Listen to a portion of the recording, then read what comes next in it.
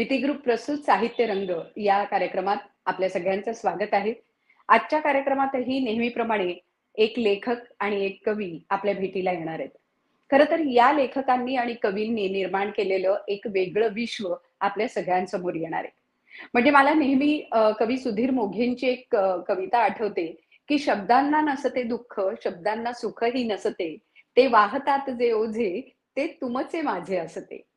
खरंच आहे, तुमच्या आमच्या आजूबाजूला घडणाऱ्या अनेक घटना, प्रसंग हे आपल्या आजूबाजूला घडत असतात. पण योग्य शब्दात जे साकारतात तेच लेखक होतात.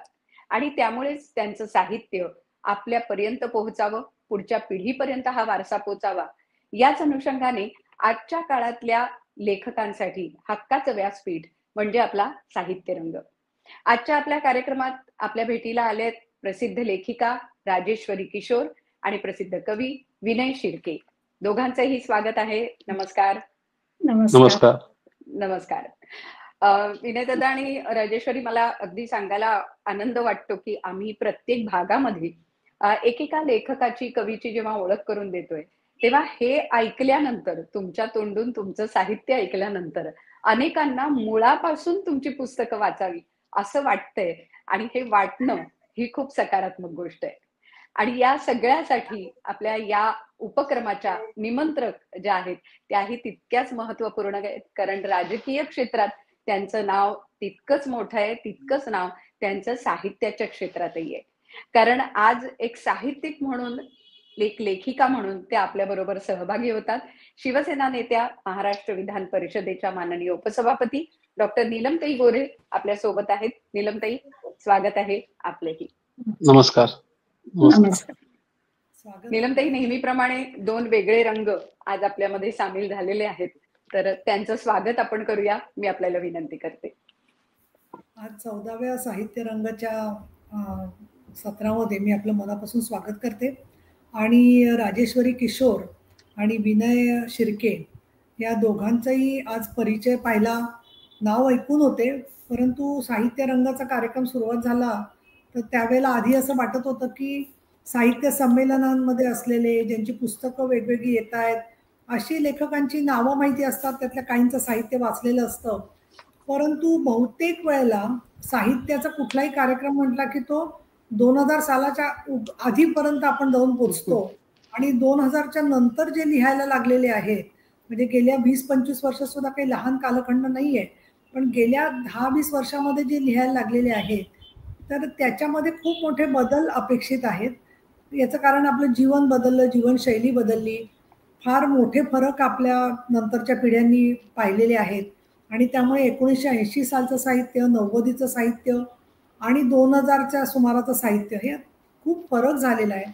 आणि या भूमिकांमध्ये पालक म्हणून किंवा आमच्यासारखे लोक की जे म्हटलं तर त्यावेळेला नवयुवकांच्या चळवळीतून काम करायला लागले, तेव्हा नेहमी वाटायचं असं कोणी का लिहित नाही. नंतर हळूहळू असं वाटायला लागलं की नवीन लिहिणारे लेखक जे आहेत त्यांचा विचार करण्याची पद्धत वेगळी असते, प्रश्न वेगळे असतात. आणि फार पूर्वी डॉक्टर भालचंद्र फडके सारख्या समीक्षकांनी जे प्रश्न विचारले होते की त्याच चाकोरीमध्ये मराठी साहित्य का फिरतंय, त्या सगळ्याच्या पुढे मराठी साहित्य पोचलेलं आहे असं वाटतं. आणि ज्या प्रकारचे पैलू आम्हाला अनेकांच्या साहित्यामध्ये सापडतात, आणि विशेषतः व्यक्तिगत ओळख ज्यावेळेला होते त्यावेळेला त्या व्यक्तीची खरं तर फक्त ओळख असते, अगदी पूर्ण आपल्याला आयुष्य कळलेलं असतं असं म्हणण्याचा दावा आपण बरोबर ज्यांच्या आयुष्य काढतो त्यांच्याबद्दलही करू शकत नाही. तर इतक्या छोट्या ओळखीच्या बद्दल असं मी विधान करणार नाही. परंतु वेगळ्या प्रकारच्या या अनुभवांचं किती मोठं महत्व आहे. आणि विशेषतः सगळ्या समाजाचं प्रातिनिधिक असं काही असलं तरी समाजाच्या काही कोपऱ्यांचं प्रातिनिधिक नसतं, वेगळ्या स्वरूपाचे अनुभव असतात. ते या दोघांच्याही परिचयामधून समोर येते. राजेश्वरी किशोर यांचं सगळं पाहिलं तर विशेष म्हणजे इलेक्ट्रॉनिक्स आणि त्यांचं सगळं, त्याच्या अध्यापक म्हणून त्यांनी BSc होऊन त्यानंतर काम केलेलं आहे.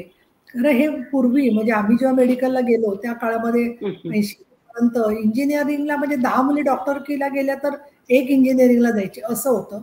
तर त्यामुळे अगदी वेगळ्या क्षेत्रामध्ये काम करत त्याच्यानंतर निकोबारची नवलाई, विशेष मुलं फुलतानाचं आरोही, दिव्यांग मुलांच्या पालकांसाठीचं पुस्तक, म्हणजे पालकांना मानसिक दृष्ट्या थकायला होतं त्याची जाणीव मला आसपासच्या आमचे काही कार्यकर्ते मिळून आहे आणि पुण्याची कामिनीसारखी संस्था आणि अनेक संस्था काम करतायत, मुंबईतही काम करतायत आणि अशा वेळेला वेगळ्या प्रकारचं सगळं प्रवास वर्णन आणि साहित्य लिहिणं याच्यासाठी स्वतःची ऊर्जा वेगळ्या प्रकारची लागते आणि ती अशी ऊर्जा असणारे राजेश्वरी किशोर आज आपण आलो आहात. मी आपल्या स्वागत करते आणि तुम्हाला मी भेटले तर जेव्हा लोक माझ्या समोर येतात तर ते मी नेहमी म्हणते कुंभाच्या तयारीत सुद्धा की लोक म्हणजे कसा एक गठ्ठा हा साबणाचे तुकडे असतात तसा समूह नाहीये, तिथे वेगवेगळ्या असणारे लोक असतात, त्याची जाणीव तुमच्या साहित्यामधून होते.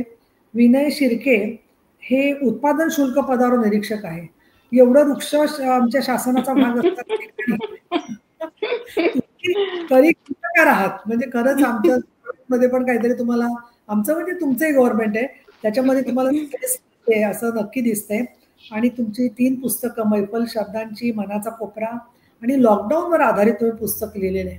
मध्यंतरी लॉकडाऊन नंतर एक कोविडवरती दिवाळी अंक काढलेला होता अनुभवचा आणि त्यावेळेचं ते बघितल्यावरती 5 पानं वाचल्यावरतीच मी संपादकांना म्हटलं की हे सगळं वाचवत नाहीये खरं सांगायचं तर की इतके भेदक अनुभव सगळे आहेत. आणि मला आठवते आम्ही तेव्हा बरळीला राहत होतो लॉकडाऊनच्या काळामध्ये आणि आपल्यालाही जशा अनंत आठवणी असतात त्याच्यामध्ये रात्रीच्या वेळेला ज्या सिलिंगवरून 50-60 वाहनं जातात आणि ती चमचमताना जाणारी वाहनं समोर सिलिंगवरून दिसतात आणि तो सिलिंग संपूर्ण रिकामा पडलेला आणि रात्री येणारी ॲम्ब्युलन्स कोणाला जास्त प्रेत गेलेली कळू नये म्हणून आणि त्यांची दबक्या आवाजातली हालचाल बघितली की अक्षरशः काही वेळेला असं वाटायचं की आपल्याला स्वतःला ब्रेकडाऊन होईल आणि असं वाटेल आपलंच हे शहर आहे का की ज्याच्यामध्ये हे असं फक्त किंकाळ्या घेऊन जात असतानाच्या लोकांना आपल्याला रात्री ऐकायला मिळत आहेत. त्यामुळे ते लॉकडाऊनवरचं आधारित पुस्तक मी नक्की वाचीन. त्याच्यानंतर तुम्ही 3 कार्यक्रम करता त्याच्या दृष्टीने आम्हाला थोडंसं एक लोकसंग्रह तुमचा वेगळा दिसतोय. वर्धीमधली गांधी नावाचा म्हातारा आणि रस्ता. बाकी तुमच्या कविता तर मी स्वतः ऐकणारच आहे पण वाचलं सगळं दोघांचंही आणि खूप वेगळ्या प्रकारचं साहित्य आहे त्याच्यावर मी नंतर बोलीन.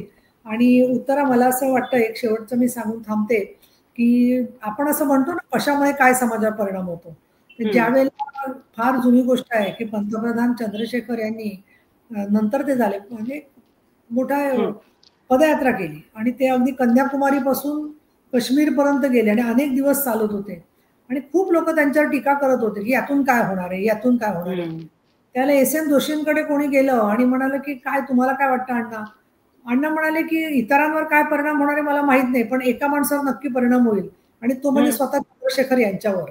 त्यामुळे साहित्य रंगामुळे काही होईल की नाही मला माहित नाही पण तुझ्या आणि माझ्यावर तरी चांगला परिणाम होईल. नक्कीच वाचक म्हणून समृद्ध होतोय ही खूप मोठी गोष्ट आहे आणि त्यामुळे तुमच्या दोघांचं मनापासून स्वागत. आपला पुढचा कार्यक्रम ऐकण्यासाठी मी पण उत्सुक आहे. अगदी नक्की. नीलमताई तुम्ही म्हणालात तसं आपण प्रत्येक क्षणी समृद्ध होतोय कारण वेगवेगळे अनुभव आपल्याला ऐकायला मिळतात आणि आम्ही दोघी हे अनुभव ऐकत असताना त्यांच्याशी म्हणजे तुमच्या लेखनाशी देखील आम्हाला समरस होता येत आहे. त्यामुळे हा खूप एक चांगली संधी आहे आणि नीलमताई तुमच्यामुळे ही संधी आपण पुढच्या पिढीपर्यंत नेतोय हा एक महत्वाचा दुवा खरं तर मला असं वाटतं की अत्यंत महत्वाचा आहे. राजेश्वरी किशोर मला तुम्हाला पुढचं वाचन जे आहे ते करायला सांगायचंय पण त्याचबरोबर मला आवर्जून आपल्या प्रेक्षकांना सांगायचंय की भारतातल्या अनेक राज्यांमध्ये तुम्ही वास्तव्य केलंय त्यामुळे तिथे येणारे जे असामान्य अनुभव विविध ठिकाणच्या चालीरीती बदलता निसर्ग व्यक्तिचित्रण ह्याच्यावरही तुम्ही खूप लिखाण केलंय आणि तुमचा ब्लॉग देखील आहे. त्याच्यामुळे आपण आता म्हणतो ना की पुस्तक लेखन तर आहे पण त्याच्याच बरोबर ब्लॉग लेखन सुद्धा लोकांपर्यंत चांगल्या पद्धतीने पोहोचतं. दिव्यांग मुलांसाठी तुम्ही कार्य करता पालकांचं समुपदेशन करता त्याच्यामुळे अतिशय उत्तम अशा प्रकारचं कार्य तुमच्या हातून चाललंय. कुसुमाग्रजांच्या साहित्याचा रसास्वाद घेणारं कुसुमामृत या ई बुकचं संपादन तुम्ही केलंय.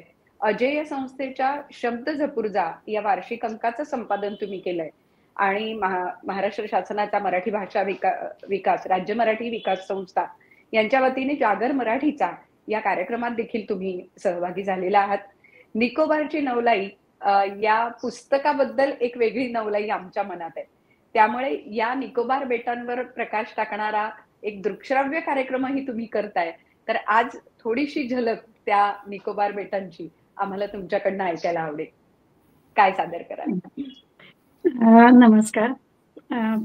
खरं तर निकोबार वरती काही वाचायचं म्हणल्यावर मला प्रश्न पडतो कायमच, कारण 1-1.5 तास मी सांगत असते आणि त्यात इतके नवलाईपूर्ण खरोखर काही घटक आहेत की आदिवासींची संस्कृती, अंदमान निकोबार म्हणजे तिथले जे आदिवासी आहेत ते आपल्याला 1-2च माहिती असतात, पण 6 प्रकारचे आदिवासी, त्यांची प्रत्येकाची वेगळी संस्कृती, ते कुठून आले, कसे आले. नंतर निकोबार वरती आपण पर्यटनासाठी जाऊ शकत नाही, कारण तिथे सेनेचे सगळे आर्मी, नेव्ही, एअरफोर्स, कोस्टगार्ड सगळे तळ आहेत. तर संरक्षणाच्या दृष्टीने किंवा पाऊस असतो 8 ते 10 महिने, एकदा जाऊन अडकलं की परत निघणं अवघड होतं तिथून. आणि तिथली खाद्य संस्कृती खूप वेगळी आहे. तिथली फळं, तिथलं नारळाचं, म्हणजे आम्ही गेलो होतो कार निकोबार बेटावर, तर वायुसेनेचा तळ आहे.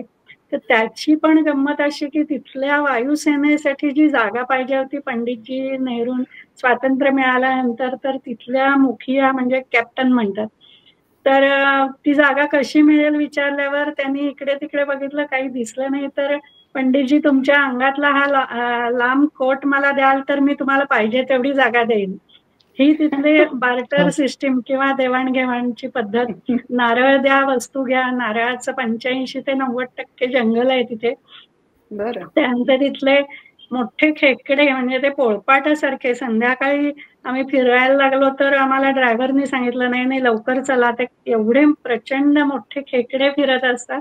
ते नारळाच्या झाडावर चढून नारळ पाडून आतलं कुरतडून, म्हणजे त्याला रॉबर क्रॅब किंवा कोकोनट इटिंग क्रॅब असं म्हणतात.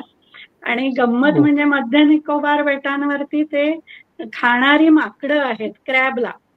माकड खेकडा खातो. हा.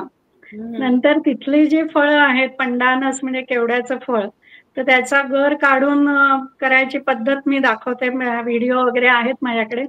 आता ते काढल्यानंतर जो बुडखा तयार होतो त्याचा उपयोग काय, तर पाय घासणं, अंग घासणं किंवा कपडे घासणं, म्हणजे ब्रश. तिथे प्लॅस्टिकचा वापर नव्हता जोपर्यंत, सुनामी होती तोपर्यंत, किंवा काही वस्तू माणसांच्या, माणूस गेल्यानंतरच्या तिथल्या पद्धती, रीतिरिवाज आहेत की त्याला पुरायचं, 1 वर्षांनी बाहेर काढायचं, त्याच्या पद्धतीचा चणीचा एक लाकडी पुतळा उभा करायचा आणि तो घरात ठेवून त्याला रोज नैवेद्य दाखवायचा.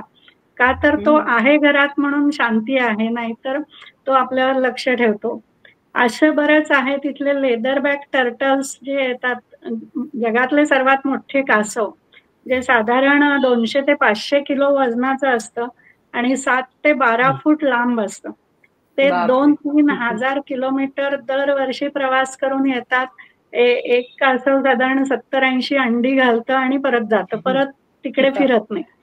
तर ते एक आहे. असं तिथलं खूपच म्हणजे विविधता खूप आहे. अंदमान मधली पण बरीच बेटं अशी आहेत की ज्याचे काय, एक बेट आहे फक्त स्विफ्ट पक्षी लाखो असतात. एक बेट आहे पॅरट आयलंड म्हणतात, तर फक्त पोपट संध्याकाळी येतात आणि लाखो पोपट येऊन त्या बेटावर बसतात.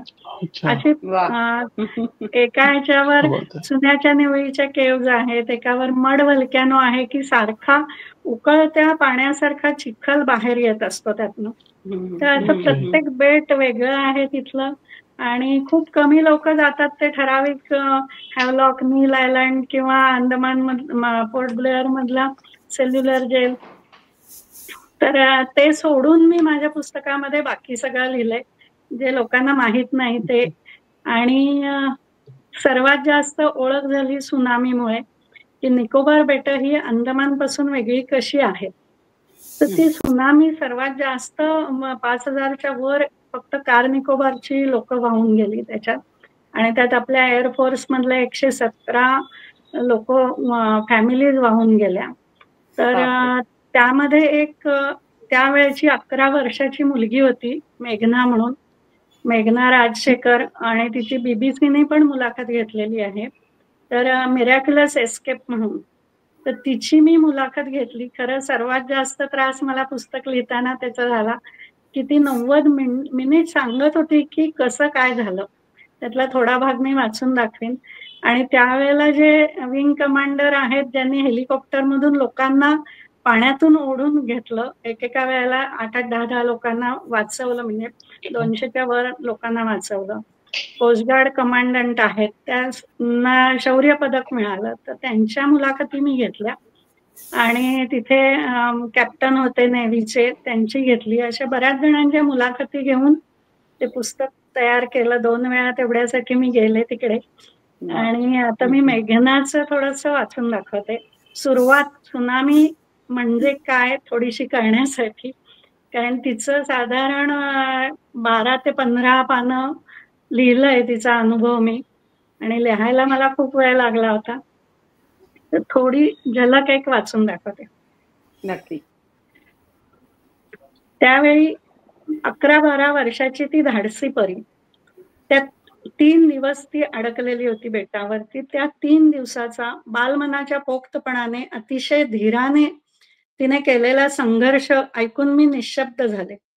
तिच्याच शब्दात सांगायचं तर 25 डिसेंबर 2004 येशूच्या जन्माचा दिवस. दिवसा मी निकोबारी मैत्रिणीकडे मलाक्का गावात ख्रिसमस साजरा करायला गेले होते. संध्याकाळी आमच्याच इमारतीत खालच्या मजल्यावरचे स्क्वाड्रन लीडर रॉड्रिक्स यांच्या घरी ख्रिसमस साजरा केला. सगळ्या मुलांना आपापल्या भेटवस्तू मिळाल्या होत्या. मला माझ्या आवडीचा नाईट ड्रेस मिळाला होता आणि झोपताना तोच मी अंगात घालून झोपले होते. सकाळी आईने जोरात थप्पड मारून उठवलं. तेव्हा एक भयंकर भूकंप होत होता. मी उठले आणि समोर माझा लहानगा 4 वर्षाचा भाऊ केविलवाणा उभा असलेला दिसला. आई वडिलांच्या माझ्यावरील मायेत वाटेकरी म्हणून आलेला, कायम त्याची रागराग करणारी मी त्या क्षणी मला त्याच्याकडे पाहून एकदम जवळ घ्यावंसं वाटलं. मी पटकन त्याला उचलून घेतलं आणि तडक खाली गेले. भूकंपामुळे जमिनीतून घोंगावणारा जोराचा भयंकर आवाज आणि हलणारी जमीन सरळ उभं देखील राहू देत नव्हती. सगळ्या घरातून वस्तू भांडी पडण्याचा आवाज सुरू होता. माझ्या मागोमाग माझे आई वडील पळत खाली आले. बाकीच्या इमारतींपेक्षा आमची इमारत नवीन असल्याने बऱ्यापैकी सरळ उभी होती. बाकीची घरे तिरकी झाली होती, त्यांना मोठे तडे गेले होते. आमच्या घराच्या समोरच समुद्र दिसत होता, नेहमीप्रमाणे थोडासा उसळणारा. त्याला निरखत आजूबाजूचे सगळेजण आम्ही गप्पा मारत उभे होतो. अचानक काही वेळाने समुद्राचं पाणी एकदम मागे मागे जाताना दिसलं. आम्ही त्याला बघत असतानाच अचानक पाणी वाढताना आणि आमच्याकडे येताना दिसू लागलं. सगळेजण आमच्या घरात वरच्या मजल्यावर आले. माझे वडील हवामान तज्ज्ञ असल्याने याचा अर्थ काय याचा उलगडा करत होते. पाणी वर वर चढत आमच्या घराच्या पहिल्या मजल्यापर्यंत पोहोचलं. आम्ही सगळेजण आमच्या बाल्कनीत उभे होतो. आम्ही एकूण 30 जण तरी होतो. माझे बाबा सांगत होते की बहुतेक कुठेतरी ज्वालामुखीचा उद्रेक झाला आहे आणि त्यामुळे हा धक्का आणि नंतरचे फुगत चालणारे पाणी असे 2 वेळा होईल आणि मग शांत होईल. कोणी काही घाबरायचं कारण नाही. पण माझ्या आईला हे जे काही घडत होतं ते चांगलं लक्षण वाटत नव्हतं. ती खूपच रडत होती. तिला बहुधा वाईट होणार याची चाहूल लागलेली होती. पहिली लाट आली, आमचे पाय भिजवून गेले. दुसरी लाट काही वेळाने यायला सुरुवात झाली आणि जाणवलं की ती पहिल्यापेक्षा मोठी आहे. आम्ही सगळेजण घरात आलो आणि सगळी दारं खिडक्या गच्च बंद करून घेतल्या. पण पाण्याला ते थोडं सहन होणार. त्याने सगळी दारं खिडक्या तोडून आमच्यावर हल्ला केला. कसं बसं आम्ही दाराजवळ जाऊन गच्चीवर जाण्याच्या शिडीने वर चढू लागलो. जाता जाता दिसत होतं दरवाजा बाहेर जाणारे पाणी जिन्यातून बाहेर पडताना जणू एखादं वॉशिंग मशीन सुरू असल्यासारखं गोल गोल फिरत होतं. प्रचंड वेगाने फिरणाऱ्या त्या भोवऱ्यात आमच्यातील काही जण अडकून वाहून जाऊ लागले. काहींना माझ्या वडिलांनी ओढून सुरक्षित बाहेर काढलं. दरम्यान मी आईला आणि भावाला घेऊन गच्चीवर पोहोचले. समोरच्या एका झाडावर सुधाकर अंकल चढलेले दिसले. तशात सुद्धा त्यांच्याकडे बघून आम्हाला खूप हसू आलं. आम्ही मुलं त्यांना सगळेजण बंदर बंदर म्हणून चिडवू लागलो, कारण ते तशा स्थितीत झाडावर बसले होते. पण नशिबाने तिथे बसल्यामुळे वाचले होते आणि आमच्यातले बरेच जण वाहून गेले होते. पाण्याच्या प्रवाहात गॅरेजमधील एक एक गाड्या, घरातील सामान, फ्रीज वाहत जाताना दिसू लागले. गच्चीवरून आम्ही ते असहाय्यपणे बघत होतो. माझे वडील मी लहान असल्यापासूनच हवामानातील बदल, वारा, लाटांचा वेग आणि त्यानुसार पोहण्याची शिकवण देत आले होते. वयाच्या मानाने मी थोडी जरा जास्तच पोक्त होते. बाकीचे सगळेजण वडिलांशी बोलत होते. त्यावेळी ते शांत होते. त्यांना खात्री वाटत होती की हे पाणी ज्वालामुखीच्या उद्रेकामुळे निर्माण झालेले आहे आणि लवकरच शांत होईल. आम्ही हँडीकॅमने सगळा परिसर कॅमेऱ्यात टिपत होतो. सगळे शांत झाल्यावर माझ्या मैत्रिणींना या घडामोडींची माहिती मला द्यायची होती. दुसरी लाट ओसरताना पाण्याच्या प्रवाहाने आता लोकांनाही कैयात घेणे सुरू केले. मध्येच मला नुसते हात आणि पाय वाहताना दिसले. कदाचित पाण्याच्या प्रचंड दाबामुळे खिडकीतून तेवढेच बाहेर पडू शकले असावेत. ही गोष्ट तू विसरून जा, असं वडील म्हणाले. माझ्या वडिलांच्या अंदाजानुसार 2 लाटा येऊन गेल्या होत्या. आता पाणी उतरू लागलं आणि असं वाटून आम्हाला आनंद झाला. पण माझ्या वडिलांचा तो अंदाज चुकला होता. थोड्याच वेळात 3री महाकाय लाट आमच्याकडे येत असल्याचं वडिलांनी पाहिलं मात्र. आणि त्यांचा चेहरा खाडकन उतरलेला माझ्या नजरेस पडला. पहिल्यांदाच इतकं निराश झालेलं मी त्यांना पाहिलं. आईला आणि भावाला पाण्यात पोहता येत नव्हतं. मी त्या दोघांना जवळ घेऊन बसले. इतक्यात आमच्या डोक्यावरून हेलिकॉप्टर जाताना पाहिलं. हेलिकॉप्टरने लगेचच त्याचा मार्ग वळवून आमच्या दिशेला येण्याचा प्रयत्न केला. पण नियतीला ते मान्य नव्हतं. प्रचंड आकाराच्या महाकाय लाटेने आमच्या डोक्यावर छत्र धरलं आहे असं वाटलं. आकाश, सूर्य झाकून टाकला होता. डोक्यावर फक्त चंदेरी काळपट रंगाचा आरशासारखा पडदा पडतोय असं दिसलं. शेवटी वडील बोलले, जितका वेळ पाण्यात तरंगू शकशील तितका वेळ पाण्यात तरंगत राहा बेटा. हे ऐकताना मी माझ्या वडिलांना शेवटचं पाहिलं. त्यानंतर मी पाण्यात कशी फेकले गेले ते माझं मलाच कळलं नाही. ज्या अजाणत्या वयात वाचलेल्या गलीवरच्या जादूगाराच्या गालिच्यावर बसून उडत पाण्यावरून जाणाऱ्या चटईच्या गोष्टी वाचलेल्या होत्या त्या आता सत्यात उतरल्या होत्या, परंतु इतक्या भीषणपणे. उलट फिरलेले हेलिकॉप्टर आमच्यापर्यंत पोहोचण्याआधीच आम्ही इतस्ततः विखुरले गेलो होतो. वडिलांची इच्छा माझ्या मनात होती. पप्पांनी सांगितले आहे तरंगत राहा. लिहायला फार त्रास झाला होता. खरोखर. आणि त्या ऐकतानाच आता असं डोळ्यासमोर येतंय की एक लाट अशी उसळून आली आणि तिने म्हणजे ती खरोखर ती चटई आणि असंच वाटायला लागलं की एखादी चटई जादूने यावी आणि तिला पुढे घेऊन जावं. तो सगळा अनुभव शब्दबद्ध करताना फार कठीण. पण कसं आहे ना की पाऊस आपण म्हणतो एरवी आता पावसाचे दिवस आहेत तर पावसात आपण पाऊस, समुद्र, लाटा ह्या सगळ्या गोष्टी लांबून बघायला छान वाटतात.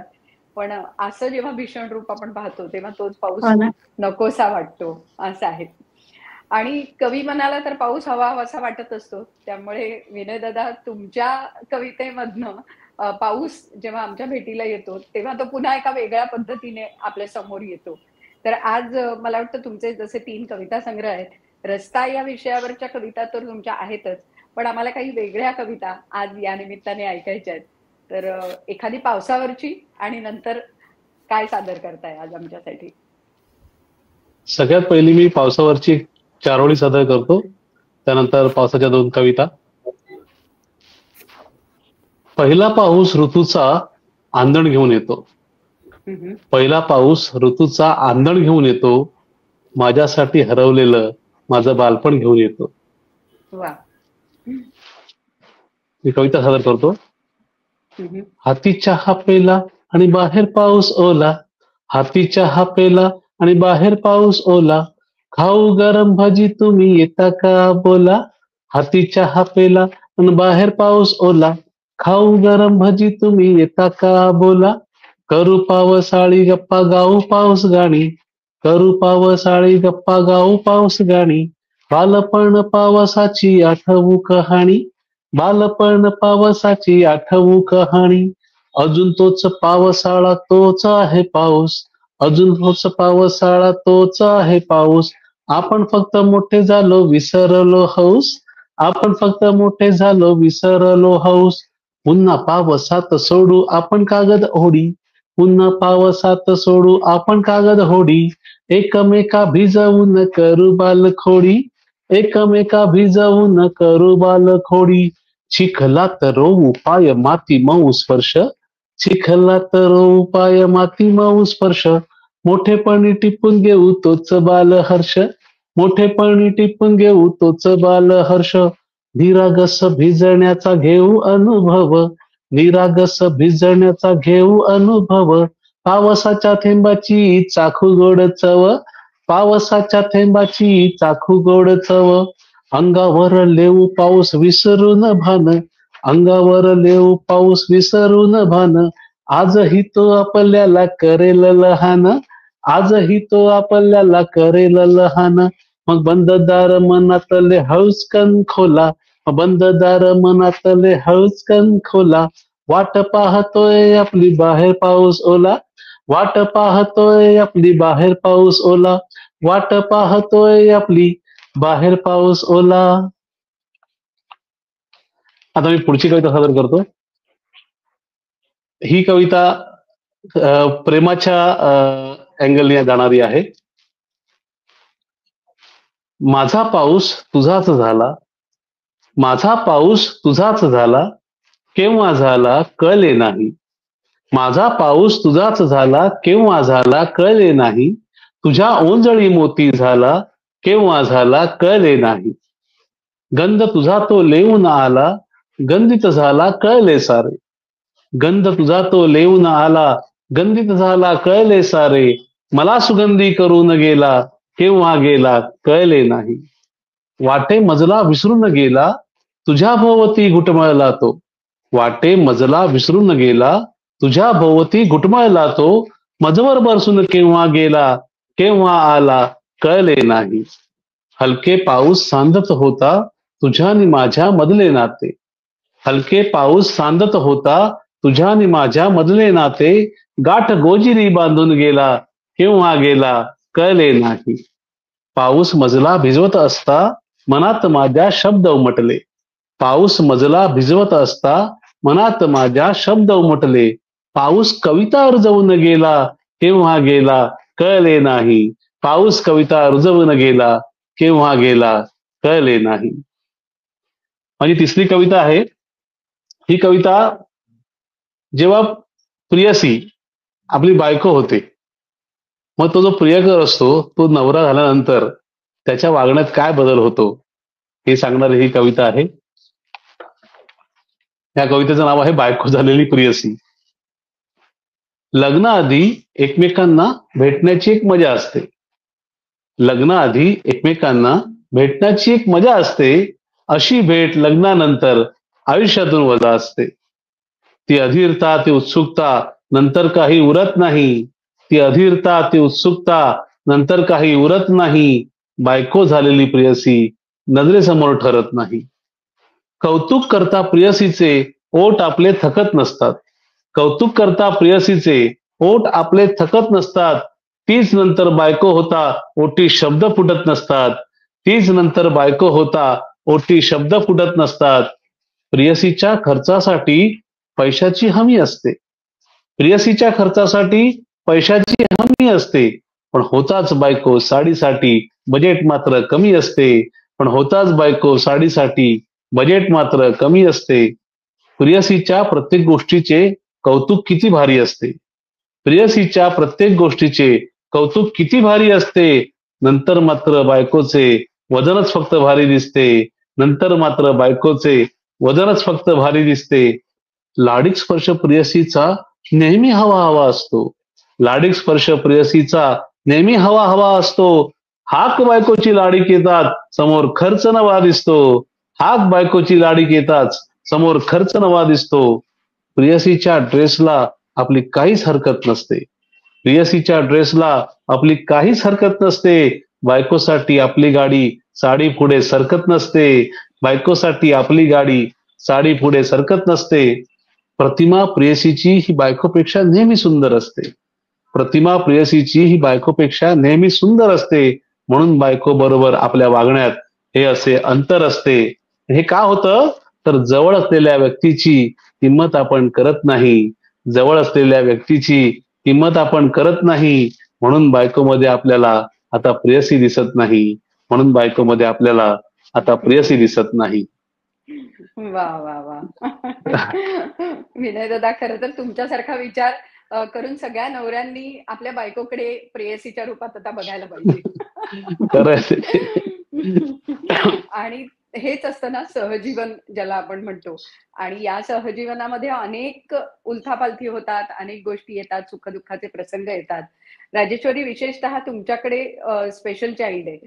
स्पेशल चाइल्ड असल्यानंतर तर आई वडिलांची दोघांचीही भूमिका खूप वेगळी असते. भावंडांनी समजून घेणं गरजेचं असतं. पालकत्व मुळात अशा मुलांचं स्वीकारणं ही खूप मोठी आणि महत्वाची गोष्ट असते, जी तुम्ही स्वीकारलीत आणि इतर पालकांना सुद्धा त्यातनं एक चांगला संदेश दिलात, तुम्ही जे पुस्तक लिहिलंय त्या पुस्तकातनं. तर मला असं वाटतं की आरोही हे जे पुस्तक तुमचं झालं आणि तिच्याबद्दल लिहित असताना इतर पालकांना सुद्धा एक सहज जाता जाता काही गोष्टी कळून गेल्या. तर त्यातलं काही आम्हाला आज वाचून दाखवणार का? हो, दाखवते. आरोही आधी लिहावं की नाही इतकं आपल्या जवळचं घरचं, पण असे काही अनुभव आले की 20 वर्षापूर्वी विशाखापट्टणमला अनुभव आले की डॉक्टरनी आम्हाला भरलेल्या दवाखान्यात लगेच पहिला नंबर दिला की हिला नंबर नाही लावायचा म्हणून स्पेशल चाइल्डला. किंवा आम्ही मेळ्यामध्ये गेलो, टॉय ट्रेन असतात, ते बटन दाबणारी लोक येऊन सांगितलं त्यांनी की हिला बसवा. म्हणलं की नाही बसणार, आणि मुलगा लहान होता 4 वर्षाचा, तर तो नाही धरू शकणार म्हणलं तिला. तर नाही म्हणले तुम्ही घेऊन बसा, तिचं तिकीट नाही काढायचं. नंतर बोरा केव्ज आहेत तिथे 100 रुपये तिकीट होतं, तर माणूस परत घेऊन आला, हिचं तिकीट का काढलंय तुम्ही. म्हणजे हे साधारण 18-20 वर्षापूर्वीची सिनेमा थिएटरमध्ये गर्दी असेल तर मांडीवर घ्या, पण हिचं तिकीट काढू नका म्हणले. आणि ही परिस्थिती दवाखान्यात मी अजूनही इथे पुण्यात किंवा महाराष्ट्रात 1-1, 2-2 तास बसते तिला घेऊन. तर मला असं वाटलं या लोकांना सांगावं की यांचे तेवढा पेशन्स नसतो की इथे बसावं, किंवा गर्दीमध्ये ते गोंधळून जातात, दंगा करतात मुलं. किंवा डॉक्टरनी मला 1-1.5 वर्ष उशिरा सांगितलं, तर मग 1-1.5 वर्ष अजून का वाढ होत नाही, अजून का वाढ होत नाही. तर आई वडिलांना तुम्ही लवकर कल्पना द्यायला पाहिजे. आणि बाकीच्या अशा सर्टिफिकेटसाठी, शाळेत ऍडमिशन मिळण्यासाठी पुण्याचंच सर्टिफिकेट आता बदललंय, UDID कार्ड झालेलं आहे. तर तेव्हा प्रत्येक राज्य आमचं बदलायचं, प्रत्येक ठिकाणी सर्टिफिकेट काढायचं स्पेशल चाइल्ड म्हणून. तर मी आंध्र प्रदेशमध्ये गेले, शाळेत गेले, त्यांनी पहिल्यांदाच सांगितलं मूल दिसतंय आम्हाला, उद्या तुमच्या दारात बस येईल. आणि तेच मी ससूनला 3 महिने फेऱ्या मारत होते, प्रत्येक स्पेशल डॉक्टरांना भेटायचं, त्यांच्याकडून सर्टिफिकेट घ्यायचं. आणि तो मला 3 महिने त्रास झाल्यानंतर सप्टेंबरमध्ये ते म्हणले की जूनमध्ये ऍडमिशन होतात, आता नाही तुम्हाला मिळणार ऍडमिशन. म्हणजे जो त्रास महाराष्ट्रात झाला तो मला इतर कुठेच झाला नाही, किंवा लगेच दुसऱ्या दिवशी शाळा सुरू झाली. तर असं वाटलं की लिहावं थोडंसं त्याबद्दल. आणि काही पालकांनी असं सांगितलं की आम्हाला जागा भाड्याने राहिलं तर मुलं दंगा करतात म्हणून जागा सोडायला लावली, की बिल्डिंग डिस्टर्ब होतीये, दंगा होतो, रात्री मुलं ओरडतात. तर हे थोडंसं कळलं पाहिजे, या खऱ्या दृष्टीने मी ते लिहिलं. आणि ते बऱ्याच जणांना प्रेरणादायी ठरतंय. खूप जणांचे फोन पण येतात वाचून. भावंडांचं प्रेम बऱ्याचदा दोन्ही भावंडांना वेगळं ठेवलं जातं, तर मी तसं केलं नाही. मुलाबरोबर मी खेळत असताना तिला खुर्चीवर कमरेला बेल्ट लावून बाहेर घेऊन जायचे आणि मुलाबरोबर क्रिकेट, टेनिस खेळायचे. त्यालाही कमी पडू दिला नाही. तर तो एक मी संकल्पना अशी होती आमच्या एका समूहावरती, ससा आणि कासव, आणि त्या संकल्पनेत मी माझ्या मुलांना बसवलं. तो एक लेख मी वाचून दाखवते, छोटासाच आहे. एकदा काय झालं, आमच्या घरात एक कासव जन्माला आलं. छान गोरं कुरळ्या केसांचं, अर्धगोल भुवया, जशा काही आत्ताच कोरल्यात, सरळ नाक, लांबसडक बोट, छोटीशी नाजूक जीवणी. रूपात सौंदर्याचे सगळेच निकष पुरेपूर ठासून भरलेले. पण लवकरच कळलं या सौंदर्याला काळा तीळ पण आहे. कासव सगळ्याच बाबतीत आळशी निघाला. उठून बसायचे कष्ट घेईना, ना उभं राहायचे. बोलायचे कष्ट घेईना, ना खायचे. अगदीच काय, जेवण पण त्याला नको असायचं.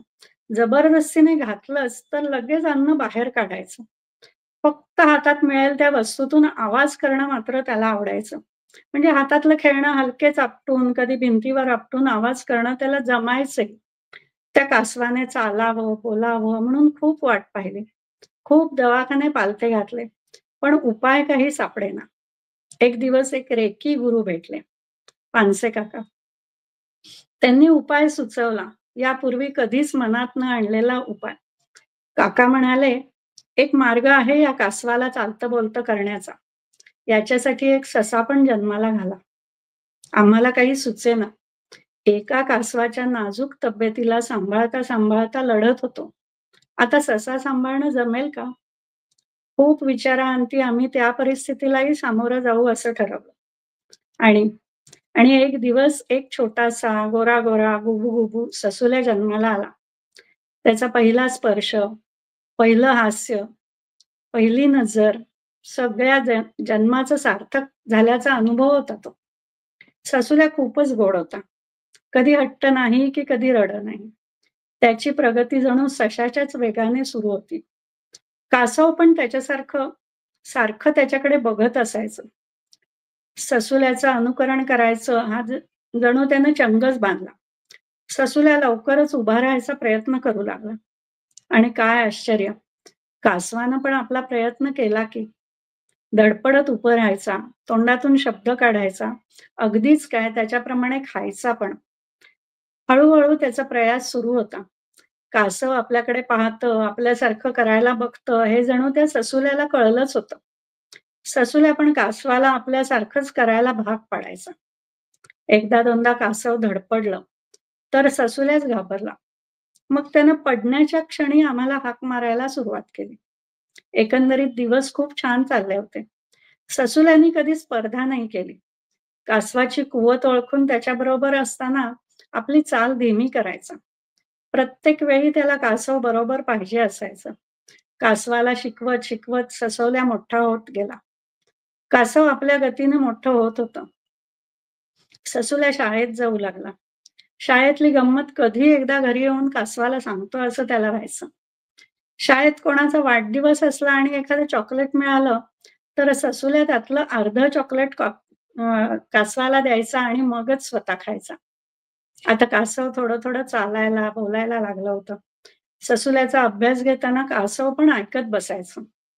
कासवाला गणित विज्ञान अजिबात आवडायचं नाही. कथा, कविता, गाणी मात्र फार आवडायची. ससुल्या कविता म्हणताना गडबडला की पुढचा शब्द कासवाने उच्चारलाच म्हणून समजा. ही एकच गोष्ट ससुल्याला नेहमी खटकायची. माझ्या अभ्यासाच्या कविता त्यानं का म्हणायच्या? यामुळे ससुल्याची थोडी चिडचिड व्हायची. पण लगेचच नवीन नवीन गोष्टी कासवाला शिकवायचा. ससुल्या मोठा होऊ लागला. कासवाची चाल मात्र मंद ती मंदच राहिली. आता ससुल्या कधी कधी आपली चाल सोडून कासवाच्या चालीला पकडून कासवाशी मस्ती करतो. कासवाला हसवतो, कासवाला सांभाळतो. आणि हे सगळं बघून भरून पावते मी. अशी आमच्या घरची ससा आणि कासवाची गोष्ट.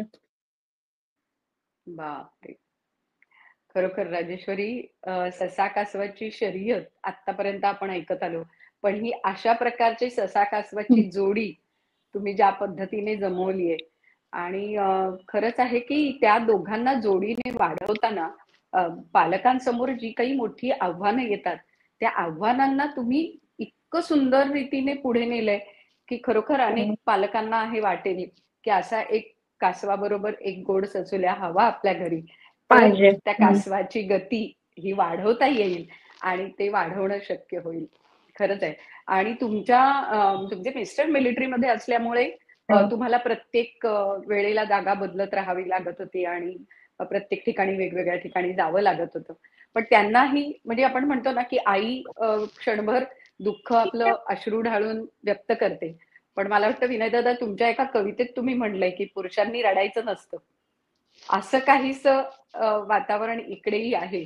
मला वाटतं यालाच जोडून विनय दादा आधी पुरुषांनी रडायचं नसतं कविता आणि त्यानंतर तुमच्या आणखी 2 कविता असं आम्हाला ऐकायला निश्चित आवडेल. खरं तर स्क्रीनवरती 3 स्त्रिया आहेत आणि मला आता ही कविता सादर करायची आहे. पुरुषांनी रडायचं नसतं. खरं आहे ते की पुरुषांनी रडायचं नसतं. उघडपणे 4 चौघात उन्मळून भावनेच्या ओघात असं कोसळायचं नसतं. कारण पुरुषाच्या रडण्याला कमकुवतपणाचा शाप आहे. कारण पुरुषाच्या रडण्याला कमकुवतपणाचा शाप आहे. मूक त्यांच्या रुदनातच त्यांच्या वेदनेचे माप आहे. ते असं त्यांनी उधळायचं नसतं. पुरुषांनी रडायचं नसतं. पुरुषांनी कसं आपलं पुरुषत्व जपावं. असह्य झालंच तर आतल्या आत रडावं. त्यांनी डोळ्यातून व्हायचं नसतं. पुरुषांनी रडायचं नसतं. हंबरडा वगैरे शब्द पुरुषांसाठी नाहीच. हंबरडा वगैरे शब्द पुरुषांसाठी नाहीच. टाहो फोडण्याशीही संबंध नाही काहीच. त्यांच्या डोळ्यांनी फक्त पाणवायचं असतं. पुरुषांनी रडायचं नसतं. त्यांच्या डोळ्यांना नसावी आसवांची सोबत. त्यांच्या डोळ्यांना नसावी आसवांची सोबत. धाय मोकळून रडणं पुरुषांना नाही शोभत. त्यांनी दुःखात व्हायचं नसतं. पुरुषांनी रडायचं नसतं. मनातच अश्रूचं तळ करायचं आणि त्यातच निश्चित पडून राहायचं. तरंगही उमटू न देता. तरंगही उमटू न देता. पुरुषांनी रडायचं नसतं. माझी पुढची कविता सादर करतो. खरं तर आपण कवितेचे विषय हे प्रामुख्याने निसर्ग, पाऊस, प्रेम कविता, प्रियसी प्रियकर असे असतात. परंतु समाजामध्ये आपल्या आजूबाजूला घडणारं जे वास्तव आहे त्याचं प्रतिबिंबही आपल्या कवितेमध्ये आणणं हे कवीचं काम आहे. आणि कवी आता ही जी मी कविता सादर करतोय ते एका कवीचं कथन आहे. हे त्याला व्यक्त झाला आहे तो आजूबाजूला घडणाऱ्या प्रसंगासाठी. काय आहे की तंत्र सोपं झालं, जगणं कठीण झालं. काय आहे की तंत्र सोपं झालं, जगणं कठीण झालं. काहीसं रुक्ष आणि रुटीन झालं. माणूस मोबाईलवर दिसतो पण प्रत्यक्षात भेटत नाही. माणूस मोबाईलवर दिसतो पण प्रत्यक्षात भेटत नाही. संदेश, आनंद, दुःख, शुभेच्छा हृदयाला खेटत नाही. काय आहे की शहर आणि गाव साराच फरक मिटत चालला. काय आहे की शहर आणि गाव साराच फरक मिटत चालला. सगळ्यांचा सगळा बाजार उठत चालला. एका फोनवर सगळं मिळू लागलं. एका फोनवर सगळं मिळू लागलं. हव्यास सारं आयुष्य मिळू लागलं. काय आहे की सोशल मीडिया सर्वांवर स्वार झाला. काय आहे की सोशल मीडिया सर्वांवर स्वार झाला. खोट्याचा खऱ्यावर भार झाला. सगळंच आता वरवरचं आहे. सगळंच आता वरवरचं आहे. आमदनी कमी आणि जास्तच खर्च आहे. काय आहे की सगळी सुख पायाशी. काय आहे की सगळी सुख पायाशी पण झोप नाही डोळ्याशी. पुढच्या पिढीचा परदेशात वावर आहे. पुढच्या पिढीचा परदेशात वावर आहे. मायदेशी आईबापाचं फक्त कलेवर आहे. काय आहे की 1000 स्क्वेअर फूट एरिया माणसे 4 फक्त. काय आहे की 1000 स्क्वेअर फूट एरिया माणसे 4 फक्त. माणसांपेक्षा घरामध्ये भिंतीच असतात जास्त. रस्त्यावरचा वेडा मनमुराद हसताना दिसतो. रस्त्यावरचा वेडा मनमुराद हसताना दिसतो. त्याच्या सुखाच्या व्याख्येत शहाणा फसताना दिसतो. काय आहे की टॉवरमध्ये दिवाळी दरवाजाआड बंद आहे. काय आहे की टॉवरमध्ये दिवाळी दरवाजाआड बंद आहे आणि चाळीमध्ये अजूनही फराळाचा सुगंध आहे. आपण गणपती विसर्जित करतो आणि माती घेऊन येतो. आपण गणपती विसर्जित करतो आणि माती घेऊन येतो. द्वेष, असूया, मत्सर तसेच ठेवतो आणि पुन्हा स्वतःची माती करतो. काय आहे की कुठे इंडिया कुठे भारत आहे. काय आहे की कुठे इंडिया कुठे भारत आहे आणि त्याही पुढे जो तो जाती धर्मात रत आहे. काय आहे की मंदिरात मातेचा गजर आहे. काय आहे की मंदिरात मातेचा गजर आहे आणि रांगेतल्या आया बहिणीवर वाईट नजर आहे. काय आहे की पर्याय नाही म्हणून ट्रेनचा प्रवास आहे. काय आहे की पर्याय नाही म्हणून ट्रेनचा प्रवास आहे. रोजचं जगणं जणू मृत्यूचा घास आहे. दाबून तोंड मुक्याचा मार आहे. दाबून तोंड मुक्याचा मार आहे. किंचाळतोय जो तो गोंधळच फार आहे. किंचाळतोय जो तो गोंधळच फार आहे. काय आहे की काय आहे की काय आहे की. माझी तिसरी जी कविता आहे ती माझ्या सुरुवातीच्या दिवसातली कविता आहे. रस्त्यावरती एक प्रसंग घडला होता, तो मी बघितला. डोंबाराचा खेळ आपण सगळेच लोक बघत असतो. त्या डोंबाराच्या खेळामधून मला जे जाणवलं ते मी कवितेतून मांडण्याचा प्रयत्न केला. कवितेचं नाव आहे डोंबाराची मुलगी. एके दिवशी असाच चालत जात होतो, सहज आपला इकडे तिकडे पाहत होतो. अचानक तो आला आवाज पाठीमागून, तिथे पाहिले लगेच मीही मागे वळून. एक डोंबारी वाजवत होता त्याचा ताशा, होता वेळ म्हटलं पाहू त्याचा तमाशा. मुलगी आणि बायको होती त्याच्या बरोबर, त्यातही त्याची बायको होती गरोदर. मुलगी होती अंदाजे 9-10 वर्षांची, साधारणपणे माझ्या मुलाच्याच वयाची. मळकट कपडे होते तिच्या अंगावर, होते ओझे गरिबीचे तिच्या खांद्यावर. डोंबाराने लावून बांबू वर बांधली दोरी, त्याच्या खेळाची त्याने केली तयारी. त्याने मांडला खरा रस्त्यावर खेळ, त्याने मांडला खरा रस्त्यावर खेळ, पण कोणाच आहे तो पाहावयास वेळ. असला खेळ आता कुठे कोण पाहतो, असला खेळ आता कुठे कोण पाहतो. मोबाईलचा जमाना याची कदर कोण करतो. बायकोने ताशा आणि डोंबाराने घेतला ढोल, मुलीने चढून दोरीवर सांभाळला आपला तोल. ढोल आणि ताशा वाजू लागला, त्यावर मुलीचा पाय पुढे पडू लागला. एवढीशी पोर ती कला सादर करत होती, एवढीशी पोर ती कला सादर करत होती, स्वतःच्या गरिबीशी नेटाने लढत होती. ढोल ताशा थांबला, खेळ संपला, मुलीने थाळा हाती घेतला. लोकांकडे ती मुलगी जात होती, आपल्या कलेची बिदागी मागत होती. लोकांच्या वागण्याचं काहीच कळत नाही, कलाकार आणि भिकारी यातला फरकच कळत नाही. ती मुलगी माझ्या जवळ आली, तेव्हा मी तिला जवळून पाहिली. कृश शरीर, निस्तेज डोळे, डोळ्याभोवती वर्तुळ काळे. तिने माझ्यासमोर थाळी धरली, ही 50ची नोट काढली. पैसे मी तिच्या ताटात टाकले, तिने चमकून माझ्याकडे पाहिले. तिच्या आयुष्यात खूप कष्ट होते, 50 रुपयेही तिच्यासाठी जास्त होते. तिची माझी नजरानजर झाली, माझ्या हृदयात कालवा कालव झाली. ती वळली पाठमोर मी तिला जाताना पाहिलं, ती वळली पाठमोर मी तिला जाताना पाहिलं. तिच्या डोळ्यात तिचं बालपण मी मरताना पाहिलं. या मुलीचं आयुष्य असंच करपून जाईल, त्या मुलीचं आयुष्य असंच करपून जाईल. रस्त्यावर खेळ करता करता रस्त्यावरच संपून जाईल, रस्त्यावर खेळ करता करता रस्त्यावरच संपून जाईल. बापरे, खरोखर आपल्या आजूबाजूला इतक्या गोष्टी घडत असतात, पण त्या कवी मनाला बरोबर समजतात आणि ते शब्दबद्ध केलं जातं. आजचे म्हणजे दोघांचेही तुमचं लेखन जे आहे ते समाजातल्या आपल्या आजूबाजूला घडणाऱ्या अशा अनेक घटनांवर खरं तर आधारित आहे. आणि त्यामुळेच मला असं वाटतं की आजचा एपिसोड पुन्हा एकदा एका वेगळ्या वळणावर आहे. त्यामुळे नीलमताई, आज या वळणावर तुम्हाला या दोघांचं लेखन कसं जाणवलं, काय टिपता आलं त्यातलं, काय सांगाल? मला असं वाटतं की शिक्षणापेक्षाही माणसाच्या आंतरिक भावनांना साथ घालणारं दोघांचे लिखाण आहे. राजेश्वरींनी जे निकोबारचं सगळं वर्णन केलेलं आहे त्याच्यामध्ये आम्ही बऱ्याच आपत्तीमध्ये जिथे पोचलो त्याच्यामध्ये सुनामीमध्ये प्रत्यक्ष काम नाही करता आलं, पण सगळीकडे दक्षिणेकडे ज्या ज्या राज्यांमधल्या महिला संस्था किंवा जेंडर इक्वॅलिटीवर काम करणाऱ्या संस्था होत्या त्यांचे रेस्क्यू आणि रिलीफचे अनुभव ऐकणाऱ्या एका मोठ्या राष्ट्रीय परिषदेला मी गेले होते. आणि तिथलेही ते अनुभव ऐकल्यावरती जे हादरायला झालं आणि अनेक दिवस बेचैन वाटत होतं, तसाच हा अनुभव आहे. आणि त्याच्यात ते सांगितलं की बऱ्याच गावांमध्ये महिला गावामध्ये घरातल्या वृद्ध लोकांना आणि छोट्या मुलांना घेण्यासाठी परत गेल्या. त्यामुळे अनेक गावांमध्ये प्रेतं सापडली, ती मिठी मारलेली म्हाताऱ्या माणसाला, सासू सासऱ्यांना, सुनेनी, किंवा ते मूल उचललेलं आणि आई सकटच ते लेकरू गेलेलं आहे असं दिसलं. आणि काही ठिकाणी पुरुष वाचले कारण ते झाडावर उंच चढू शकले, जेव्हा त्याच्यापेक्षाही मोठे.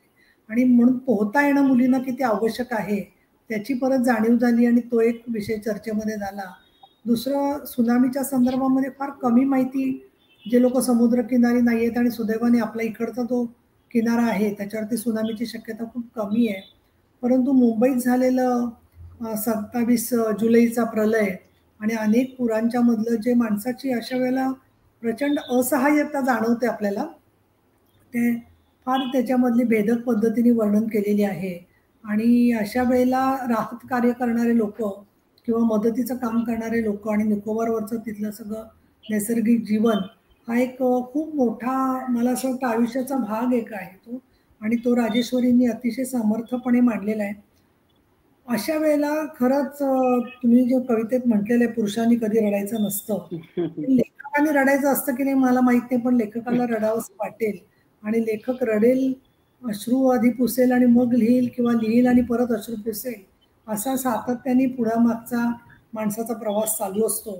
या दृष्टिकोनातून निकोबारची नवलाई हे जे एक छोटासा भाग तुम्ही वाचला त्याच्यामधून परत एकदा माणसाच्या असहाय्य जीवनाची जी जाणीव असते ती परत प्रबळ होत गेली सारखी जी येते. आणि अशा वेळेला थोडं काय होतं, पाऊस आणि साचलेलं पाणी बघून कवितां वगैरे पेक्षा हे निकोबारचे सारखेच प्रसंग सारखे तुम्हाला जाणवत राहायला लागतात, तसं झालं. आणि अश्रू आवरताना अवघड आहे सगळं.